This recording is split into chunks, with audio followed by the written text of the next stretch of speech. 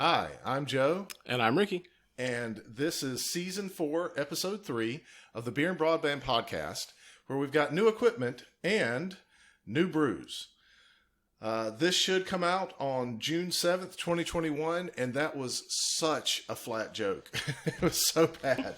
But first, before we get into anything, we get into our brews, I just want to thank Rob for providing us with new equipment. He's been steadily giving to our podcast for a while, and that has provided us with the ability to get some nice new audio gear, and so hopefully that will translate to a nice new audio sound.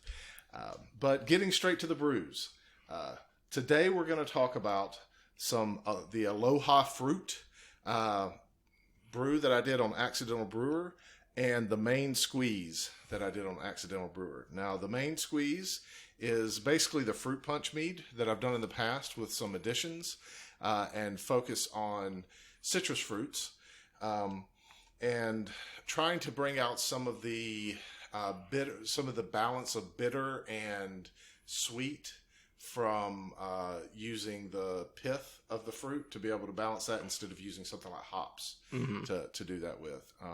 So, cheers. What do you think, Ricky? Yeah, it's not too bad. It's definitely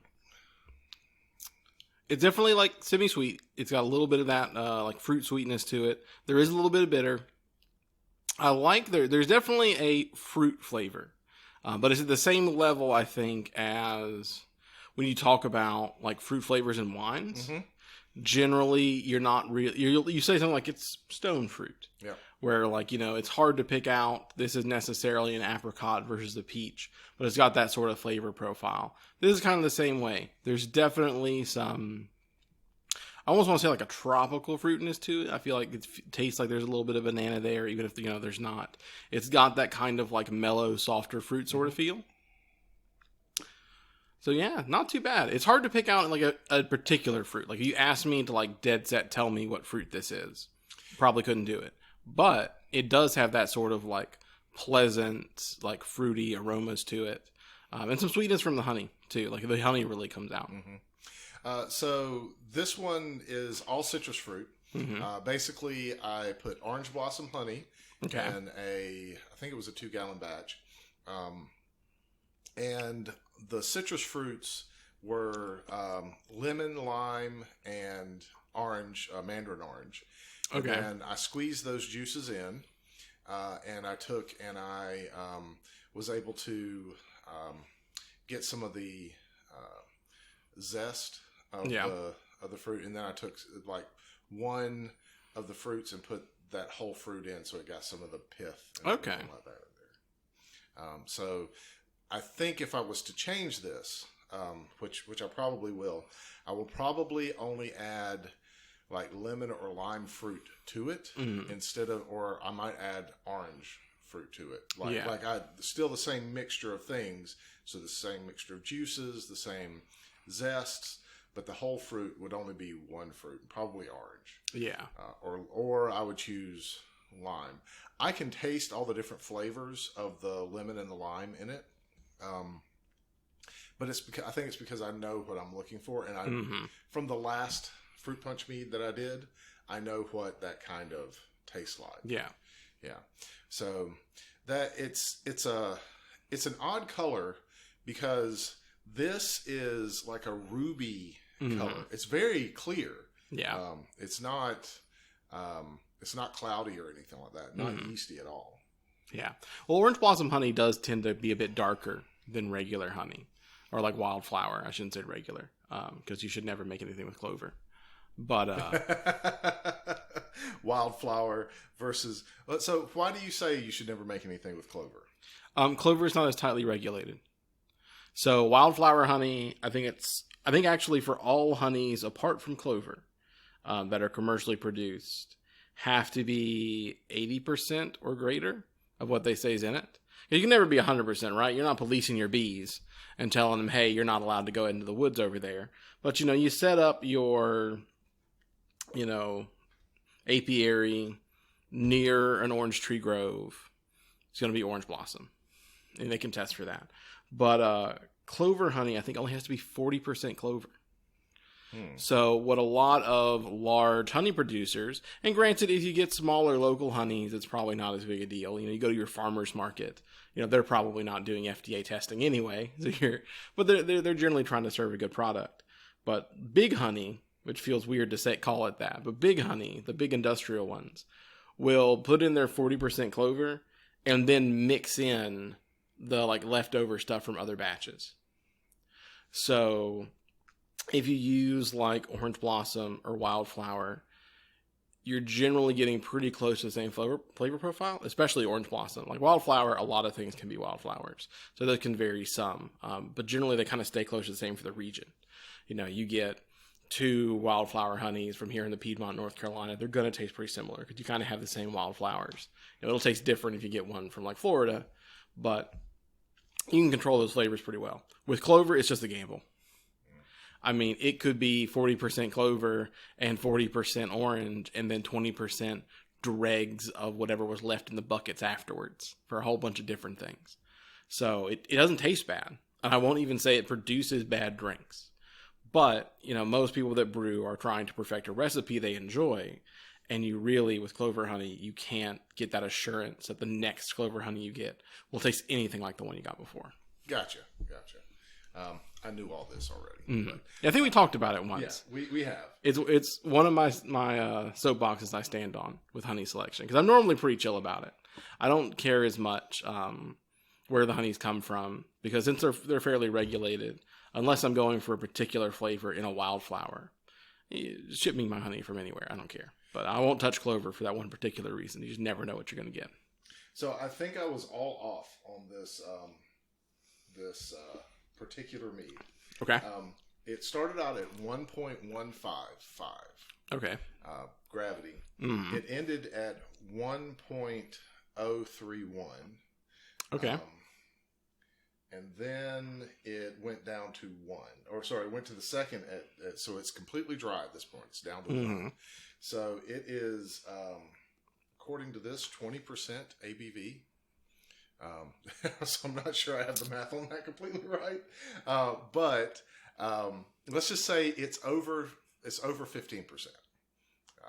Maybe it doesn't taste that strong, but it could be somewhere in that area.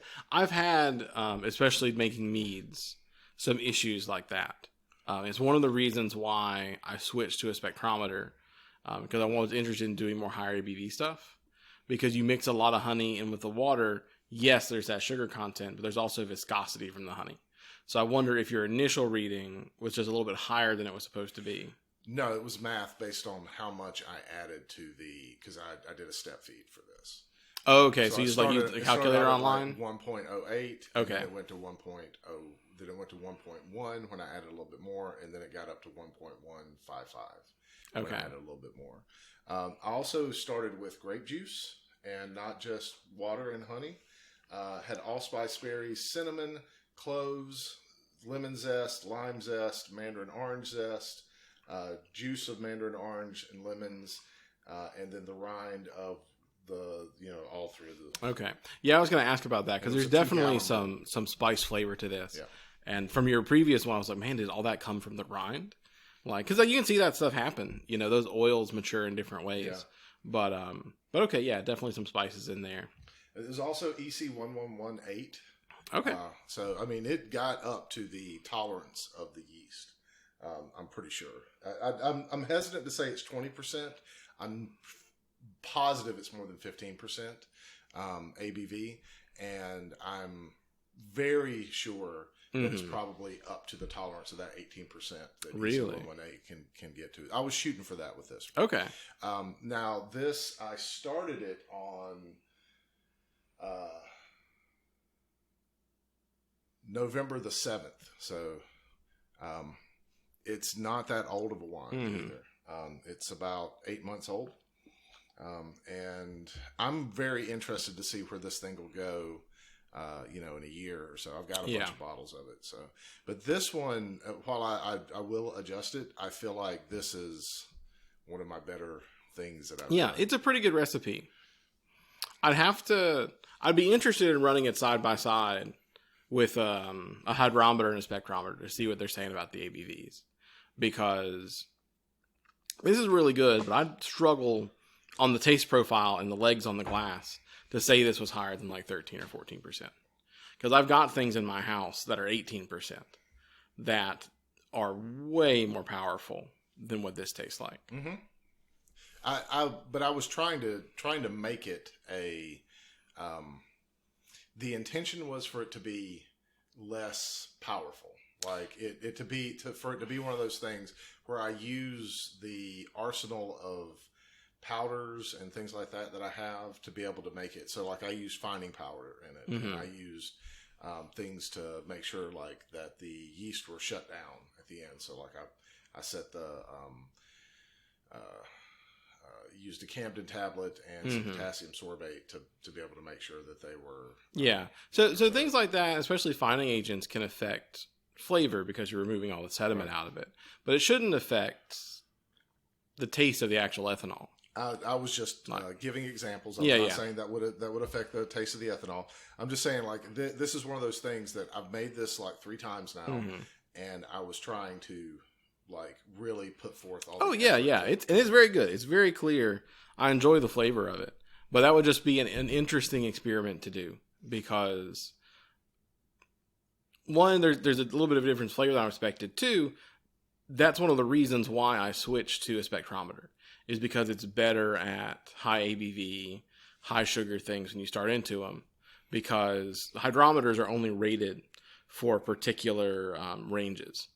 And once you get to the extreme lows and the highs of that, they become less accurate. So the spectrometer that I have, that it won't go this high for ABV. Really? What kind of spectrometer do you have? It's, it goes up to like 12%. It won't go above 12%. Yeah, mine goes from, completely dry to about like 25%. That's a really low range for a spectrometer. But I mean, all the same, like the spectrometer that I have, I have not found it to be as accurate as really, because the honey is supposed to be about 0.03 or 0.33. I'm sorry, 0.33 points of gravity per pound, roughly, depending on the honey and things like that. But the ones that I use, they generally are between 0.31 and 0.33. And every time I do it, it comes out like, oh, this is only like a 5% ABV, thing, and it's only like 0.28 is, or like it's like, and I'll put in like exactly 2 pounds, so a pound per gallon. Yeah. And it ends up being wonky. So either I'm not using it right, or the spectrometer is not calibrated correctly. So I was going to ask if you had when you first got it, if you did all the water tests with it to balance it. I did. You did? That's interesting. Yep. I don't know. So let's talk about the Aloha fruit. That's true. We've got a whole nother one to touch on. Not the ABV of this one way or the other. I'm absolutely positive that this one's between 7.5 and 8% ABV. Yeah. This one is a much younger session mead. It was made with mixed fruit that you like buying frozen. I put some EC118 in it. Then I put some carbonation drops to be able to give it some carbonation. And I did like kind of the same methodology, tested it. It's only about a month and a half old. It still has like some interesting smells to it, because the EC118 gives it like this kind of like yeasty smell to it. But it is it's much more like beer. It's still got some sweetness to it. And those fruit flavors are there, but these are all tropical fruits. That's what we call it, Aloha fruit. So it's like pineapple, mango, things like that. Gotcha. And I'm just starting to learn how to make these things. So I made like a bunch of session meads. Like I made a blueberry, hibiscus session mead and some other things like that. But yeah, so I'm babbling on. You tell me what you think. Well, it's really not bad. It's you hit it with, it kind of tastes a little bit like a beer. It's like if you had like a fruit pale ale, but like cut the bitterness in half. It's not like super hopped up or anything like that. It's pretty pleasant. You can definitely get those like essences of the tropical fruits, but not too many of those of the primary flavors, which is traditionally a very difficult thing to do anyway. That's kind of the hit on most of these high water content fruits, like things like pineapple and watermelon and things like that. Those flavors are hard to get to stick around and give you a much lighter, ale or mead or whatever your primary is in that. And mangoes is one I've been wanting to try, but I've read those can be really tricky too because their sugar content is so high that once some of that gets knocked down from the fermenting process, it's harder to get those flavors because that's where all the fruit flavors come from. It's the fructose that's in the fruit.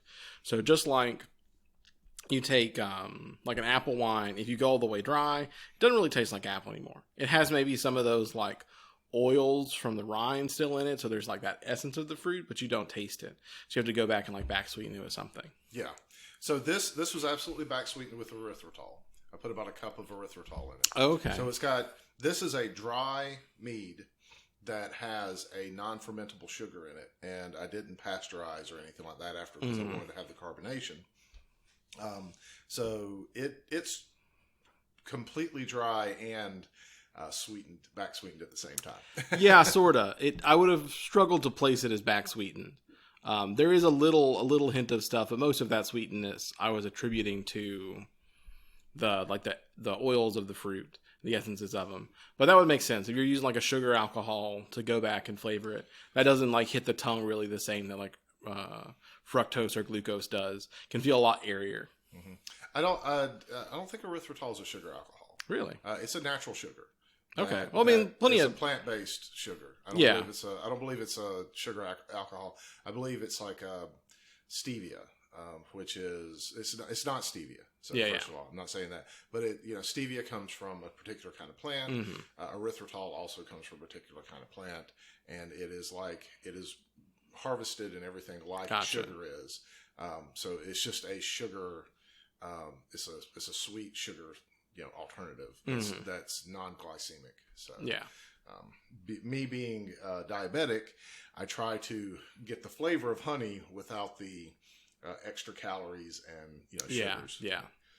That's always a struggle with mead because since it's not fully fermentable, there's always a little bit of sugar left over, and mead is already kind of harsh. And the easiest way, economically, to get rid of that is to back sweeten some. So, the other one is, you leave stuff to age for like 2-3 years. Yep. Some of that goes away. But nobody that's homebrewing wants to do that. You don't want to brew, especially if you're making small batches. Like, I'll try that 1 gallon of thing, when my kid graduates elementary school. That's no fun. So, yeah, I can definitely see looking for something like that. So I think that one of the things about this is something that I could sit on my back porch on a hot day, and when these aren't cold right now, but the carbonation and everything makes it very light and easy to drink. Yeah. And that's the Aloha fruit that I'm talking about, where the main squeeze is like, this is something you're drinking with dinner, and it is potent. Yeah. Like the difference between the two is just very stark. Yeah, it really is. I mean, you're right. The Aloha one is very much like a sipping drink. It's fairly low ABV in terms of flavor. Yeah. So it's easy to sit there and drink a little bit of it, especially if you're hot. That cooled down with a little bit of ice and it would be great. Yeah. It would also make like a really good alcohol base for something like a Radler. Yeah. Add a little like diet lemon lime soda to that would really like bring a lot of activity to it. Mm-hmm. It might be a good mixer with like a ginger beer. Yeah. Or something like that. So yeah, I'll try that. I mean, I've got, I don't know, 20 or so bottles of the Aloha fruit. Experiment with them. The main squeeze I have less. It's like 8 or 9 bottles, but still, yeah. I'm gonna save one of the main squeezes for a couple of years, and then we're gonna come back to it. So overall, in the range of things that I've made so far, I think these follow closer to the top than the bottom. Yeah, I'd say that. They're not the best. I think the pie mint that I've made, that spice pie mint, is still like up there in the best category. And I've got a couple other things that I made that I'm like, this is really good. Yeah. Coffee Mill still struggles. Well, those are hard. Coffee mills have a reputation for being very difficult to do if you're really trying to capture the flavor of that coffee. Now, if you don't mind coffee essence, then they're not as hard. But if you really wanted to be like, I want this to be like I put some alcohol in a cup of coffee, that's hard to pull off. I think I figured out how to do it. Okay. But that's another show. So, yeah. Let's talk about Ravencoin and Conflux and like kind of the differences and the same. You know, like our kind of journey with stocks and meme stocks and mining and stuff like that since we've been on break. Yeah. So you've done some research. I've been mining. I'll let you talk about the research first, and then we can talk about me mining. Yeah. So I'll start with the older one, which is Ravencoin, which is essentially a cryptocurrency take on commodities. It's not a traditional coin in the sense that it's trying to be a money replacement. And you could use it for that. I mean, you can certainly buy and sell or mine Ravencoin onto an exchange and do all that with it, which is what most people think right off the bat with any coin is, you know, how do you monetize it? How do you turn it into dollars? Or does it have a hope of being the new dollar? Yeah. What Ravencoin does really well is you can go in, take Ravencoin and branch it into an uncustom coin with a predetermined amount, either how many it just has or like what the maximum is going to be, and kind of work out all the math on like how it gets mined. So the idea behind Ravencoin is it's a way to bring blockchain technologies into like everyday items. Like you're going to go to a movie concert.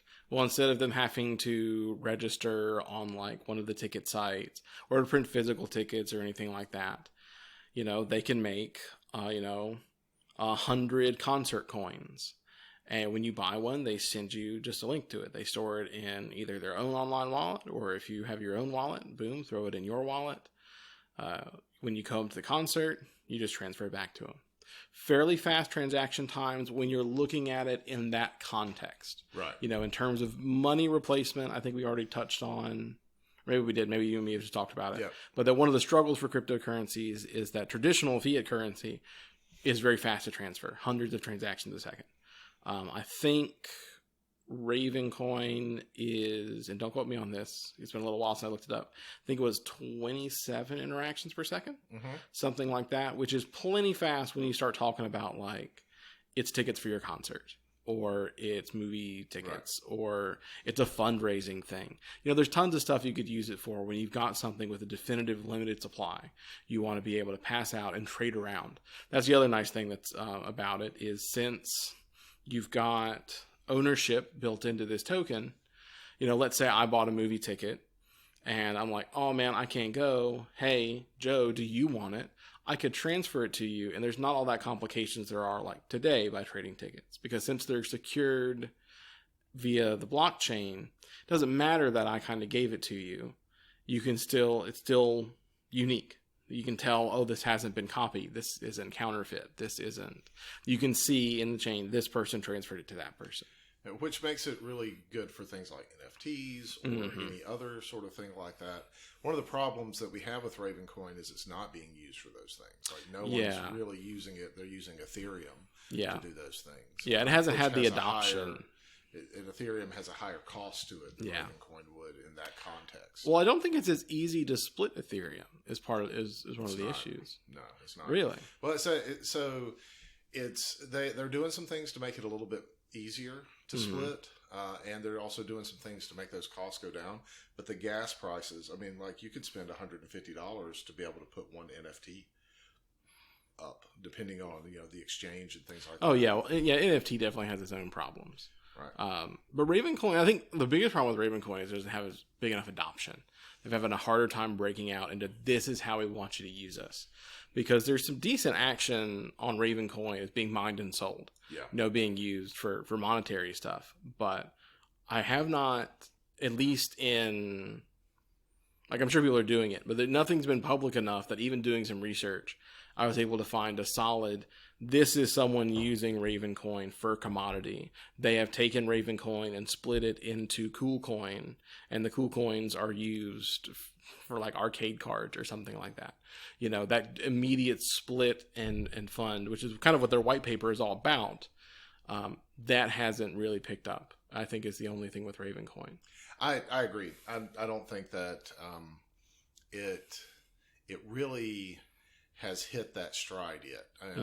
I think people are looking at that as an alternative, but they've got other things like Conflux and other coins like that. And really, I mean, most people that are mining these things are not looking at them in these kind of esoteric, creative ways of using these things. They're using it to be able to move fiat currency from a coin system into something else. And they're trying to get the coin to be worth more than a fiat dollar.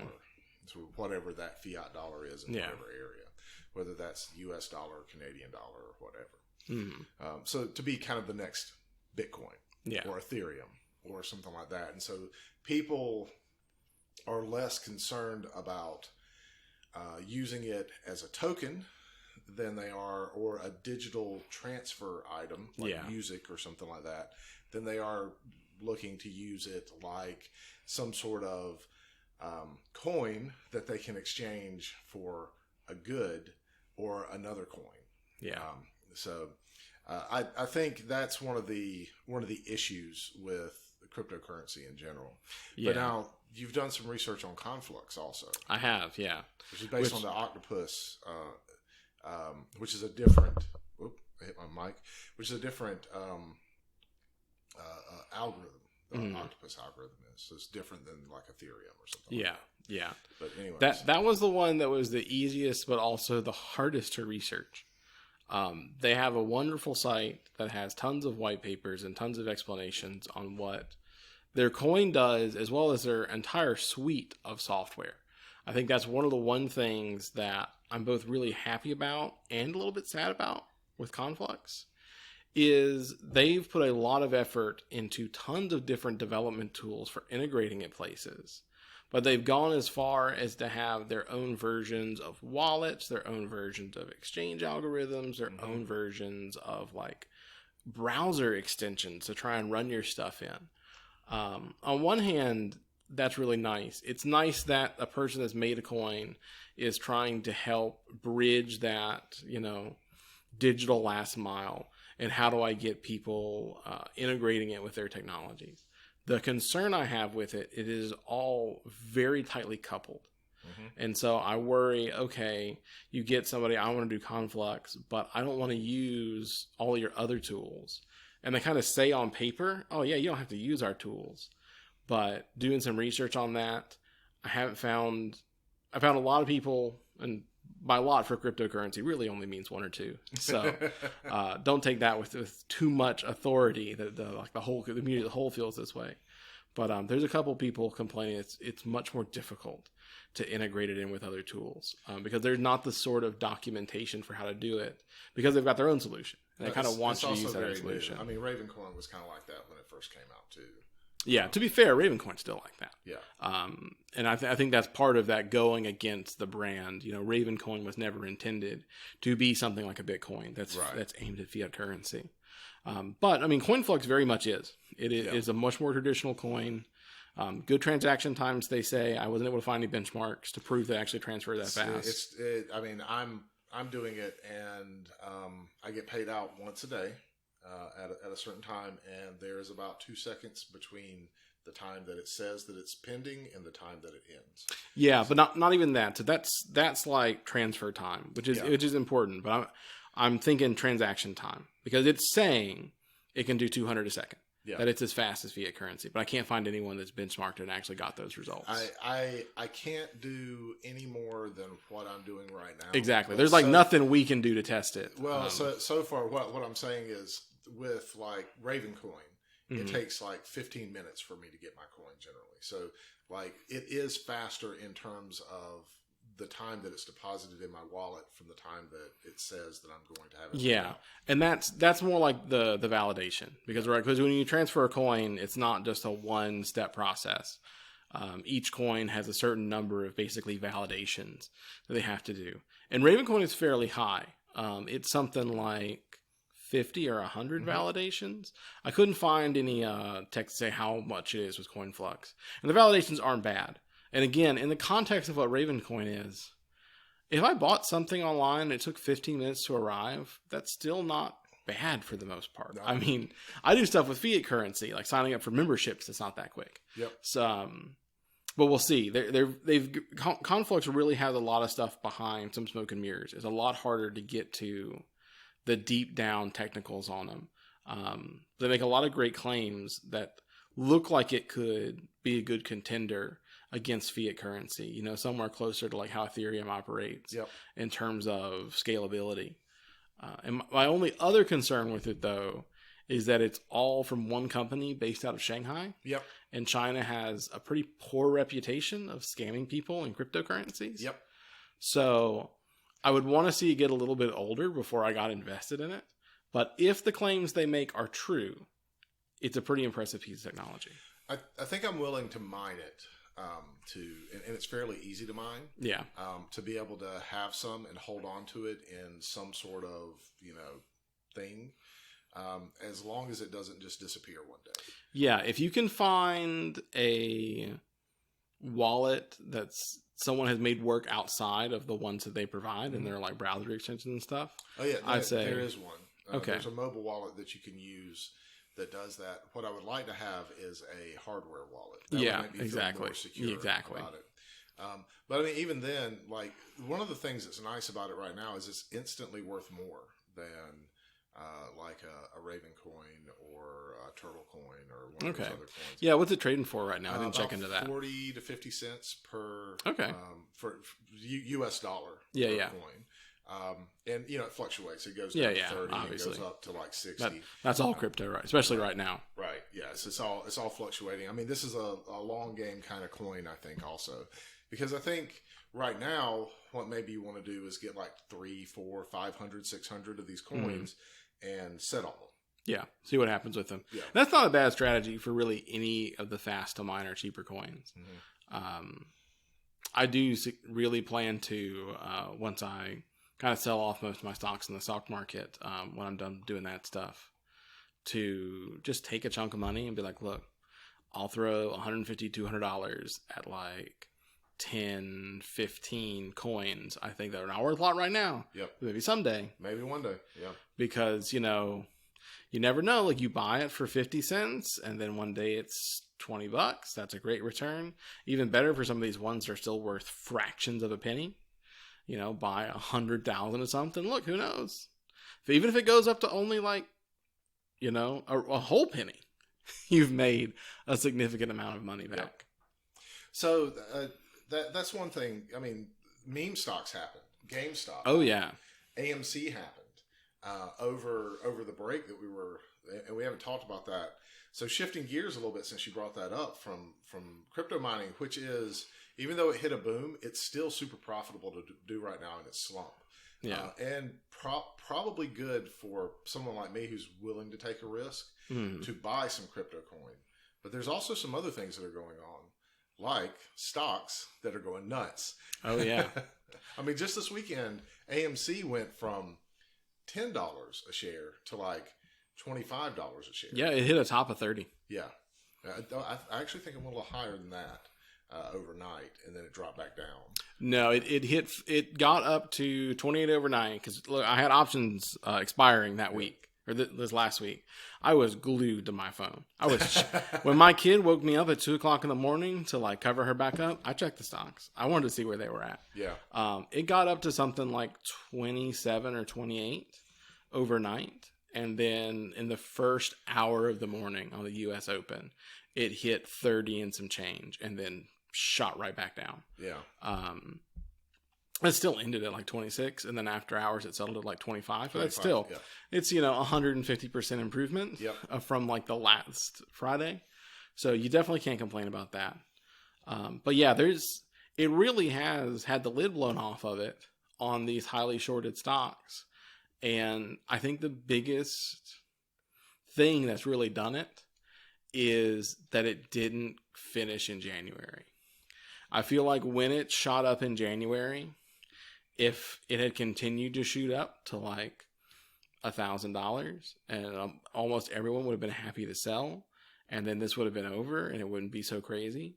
But since that didn't happen, there have been millions of people digging into the numbers, like just crowdsourcing information of what's going on here and seeing so much of it have technical backing, it's nuts. Because like when I bought a couple in January on the first rise and was like, cool, I'd love a little bit more money for a down payment. A couple of which stock? GME. And I bought some AMC in January when it had the first rise. Yeah. So I bought a couple GME and I was like, I'll sell it. And kind of exactly what I said. Maybe like 900, 1,000. That's going to get me a little bit extra money into the down payment for my house, which is what I wanted right then. Mm-hmm. And then boom, I'd be done. But when it didn't have, I was like, oh, that's sad. I didn't sell it because I just didn't invest so much. But I felt it was worth it to sell it until I'd done a lot of research. And then I started doing research and seeing everybody else's research. And now it's been months. And my position has increased like 15-fold. It's crazy to see that as much as like we call these things meme stocks because everyone jumped on in the beginning, how much like technical research has gone in to show why these things are happening. Like the biggest thing that blew my mind was if I, as like a banking authority, want to give you a stock, I'm selling you something, to be able to do that, to legally do that transaction, I just have to have the reasonable expectation, air quotes, reasonable expectation that I would be able to do it. I don't actually have to have those stocks and I tell you I'm going to do them. I just have to think, I could probably get them in time. And that sort of wording made a lot of sense 30, 40 years ago. Maybe even longer than that. Yeah, that's true. Closer to the 40 years ago. Yeah. When things were starting to go digital. Ago. Yeah. Before digital transactions. Yeah, well, even at the beginning of the digital transaction, because that was wild. I did a lot of research on that, of how inefficient some of those early systems were, which makes sense. Yeah. I mean, my father was a programmer doing significant things, 40, 50 years ago. Like, before GPS was openly available, and there were things like the big boys like Google Maps and stuff like that, he would write GPS applications for delivery companies. And it was still this very manual, type in all the places you're going to go. And, obviously it didn't have things like traffic data or any of that stuff. So you could say that what he wrote had the reasonable expectation it could give you the fastest route. It can't guarantee it. It can't even come close to guaranteeing it because there could be an accident somewhere we don't know about. Right. But this is, in terms of reported mileage, the shortest path there. So I can see that sort of terminology working back then, where it's like, look, okay, if the computer doesn't do it, we'll get Johnny to run down and buy a couple physical certificates, and he'll run them over to you. It might be a day or two late.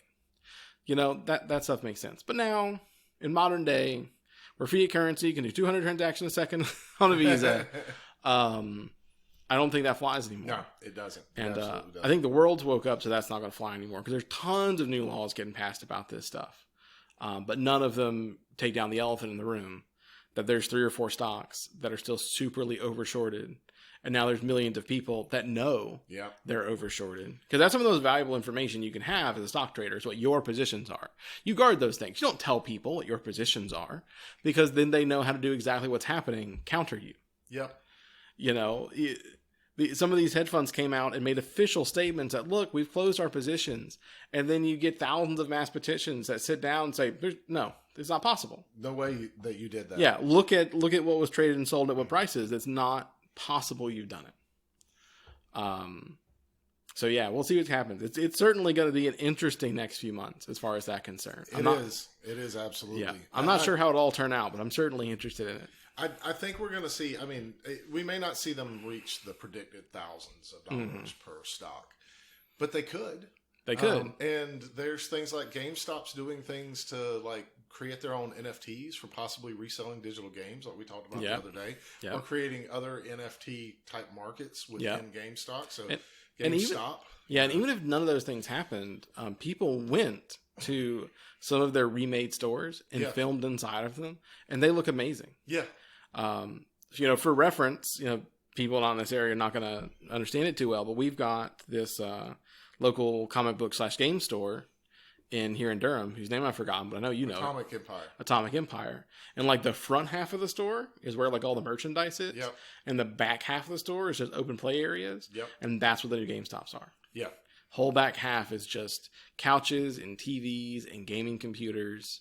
And places that you can go to game at a price, or for free, depending on what their whim is. They're setting themselves up to be in some really good places. Yeah, I mean, those like internet cafe style things that aren't as kind of like seedy. Yeah. Because a lot of internet cafes have been open, not so much like where we are, but they were for a time very popular in places like New York City. And I guess by popular, I really mean there were a lot of them. Yep. But most of them closed because nobody went to them because they were just there to just get internet. Right. And, most people that really cared about the internet had the internet. Especially nowadays, you have it like on every device. But an idea that maybe my Power Play or whatever they call it membership is tied back to my library of games, which are all NFTs, and I can just go into your store, type my code in, and then suddenly I can play any of the games I own on your computers with my friends. Imagine if it all connects that way. That'd be huge. Yeah, I think that it might be free now, but you're always either the product or you're being set up have to pay for stuff. I very much expect, because these stores they've been redoing, I don't think are fully open yet. Yeah. I very much expect if you're just showing up, you're going to have to pay a certain amount of money to play on the machines. It only makes sense. Like, you can't let people play on it for free and just hope. Well, because like things like Atomic Empire, they serve drinks, they serve snacks and stuff like that to make their money from you staying around. Well, they also, like, they'll let you try a game or they'll have a tournament. And if you want to buy the game, you can buy it. And if you want to participate in the tournament, then you can pay a fee to participate. So they have like multiple avenues of, and I'm talking about Atomic Empire. Yeah. Of getting funds through that stuff. Yeah, they do. I'm not sure GameStop will ever get to that level. Just because with computer games, it's a little bit harder to. I'm pretty sure they will. I'm fairly positive. Well, no, yeah. Let me finish that thought. In the terms of like just somebody can walk in and it's free, and we'll have a couple demos set up, and it's enough to just like let somebody stay as long as they want. They have a much smaller like shop space now. So I worry about that. But I very much expect there'll probably be some small nominal fee. Or if you're one of their members, it'll be free. Or there's like a tier of membership. It's like, unlimited play in our maybe whatever. I have a feeling that it's probably going to be more. It's going to be something that's more nuanced than that. Because when I was growing up, well, actually, after I'd kind of become an adult, there was a similar idea. This is not a new idea to do these sort of things with a gaming store. And there was this place called Boardwalk and Park Place. They had this fairly large area that you could go in, and they had a computer game section, and it basically did the same thing. And they had LAN party tournaments and prizes and things like that. And I think that's probably the direction that ultimately it's going to head into, is where people are like, they have the digital Magic the Gathering tournaments, or they have probably like a Fortnite tournament or something like that. Yeah. And you go in and you all get on the same server, or they might even work with, like one of those companies, whether it's Blizzard or whatever, company. And then, they would be able to say, okay, we're going to host a local tournament where someone has to come to our physical store, they pay a fee, and they can leave with like a prize, and it's played with like an esports type thing. Yeah. And so I think that's probably the direction that it's going. Yeah, it's probably something like that. Yeah. So we went over a little bit from what we normally would do. This is a very interesting one. I think. I think we'll probably revisit this. I think we're probably going to revisit these wines also.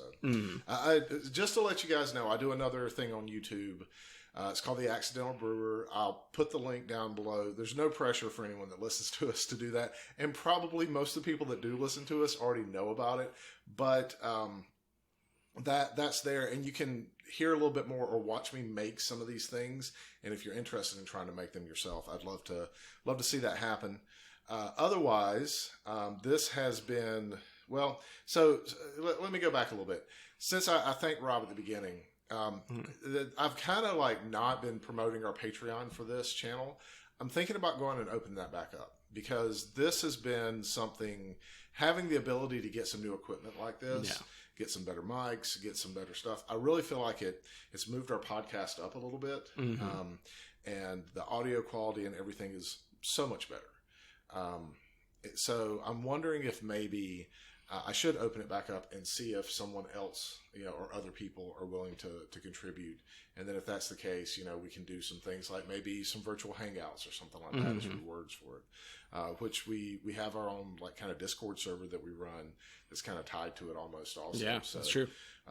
Playing D&D and doing some other stuff like that. It might be kind of fun to do this. I mean, this is just a for fun project. It's not for profit, but if anyone's willing to become part of the community and give and kind of interact with us, then we could do some more things like, live streams or something like that.